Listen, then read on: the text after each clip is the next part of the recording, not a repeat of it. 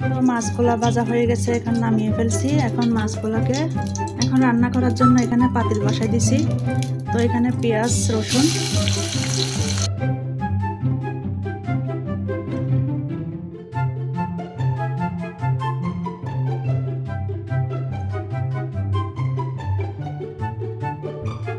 এগুলো দিয়ে দিব।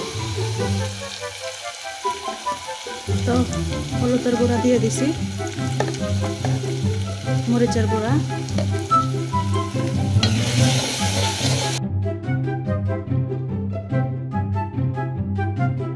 এগুলো একটু ভালো করে কষাই নিব।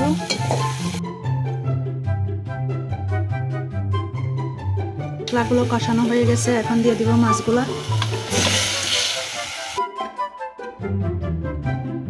তো পোয়া মাছ রান্না করবো আজকে টমেটো দিয়ে।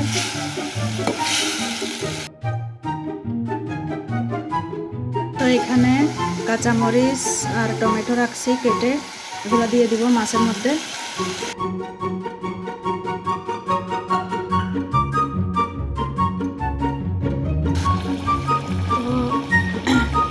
সব কিছু দিয়ে দিলাম, এবার আস্তে আস্তে এগুলো হবে।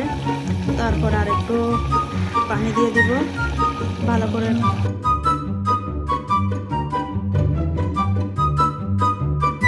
মাছটা হয়ে আসছে, এখন আমি টমেটো সব মাখা মাখা হয়ে আসছে, সব কিছু ঠিক হয়ে আসছে। এখন আমার ভিডিওটা পর্যন্ত। তো কেমন হলো আপনারা সবাই একটু কমেন্টে জানিয়ে দিবেন আমার রান্নাটা। তো সবাই ভালো থাকবেন, সুস্থ থাকবেন, আল্লাহ হাফেজ।